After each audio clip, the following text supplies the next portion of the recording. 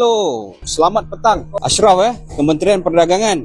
Sekarang Uncle ini kedai bikin repair motor saja. Kalau repair punya kos macam mana? Ada bikin satu surat ke apa ke? Ada. Boleh saya tengok tak itu surat? Ada? Tak ada. Asal tak buka bil? Apa tu? Saya tak faham. Uncle boleh cakap bahasa Melayu? Boleh faham bahasa Melayu lah. Contoh saya lah. Okay, saya mau bikin ini motor lah. Ini motor saya sudah rosak. Okay, saya mau tukar ini tayar. Yuk, sudah pecah. Okay, saya mau tukar tayar. Saya mau tukar plug. Saya mau tukar minyak hitam. Ada bagi resit? Tak ada. Tak boleh itu macam Uncle. Kau tahu, apa itu lah. Aku sakit. Boleh baik. Lidah tu pekat lah. Tadi saya cakap dengar tak? Saya cakap tadi dengar lah. Dengar lah. Tapi telinga ada rosak sikit lah. Ini harga, ini barang-barang mana? Tayar semua mana? Yang baru-baru punya. Uncle simpan. Kau buang. Tak tayar yang baru-baru. 10 tahun dah. Sini tak ada barang Oh, kalau mau beli, pergi beli spare part lah. Tak boleh itu macam Uncle.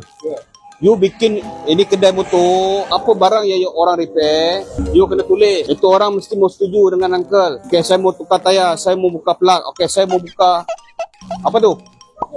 Masuk air. Apa yang masuk air? Motor bagi selamatkan motor lu.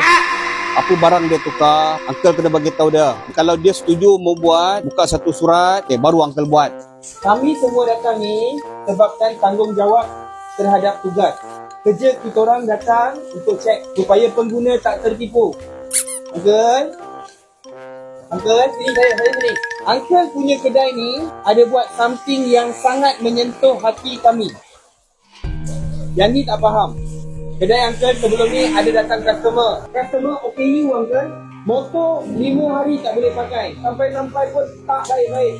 Tapi dia tidak bayar. Kalau jadi dekat Uncle, apa perasaan Uncle? Ya buang boleh lah. Pulang wang balik. Itu Uncle cakap. Kau tahu apa ya? Kita kau dosa wang boleh. Kau sempat. Dia OKU. Bagi pula saya rasa apa macam saya manusia ke saya haiwan? Betul. Kau kucing. Betul.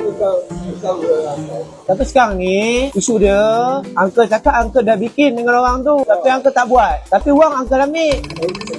Tak baik. Tapi itu yang Uncle buat. Minta maaf, bukan saya tak serius. Uncle ambil wang. Tapi Motor tak ada bikin. Uncle pulang balik motor tak bikin pun. Tak boleh macam tu. Tak baik. Kita tak baik. Dosa banyak.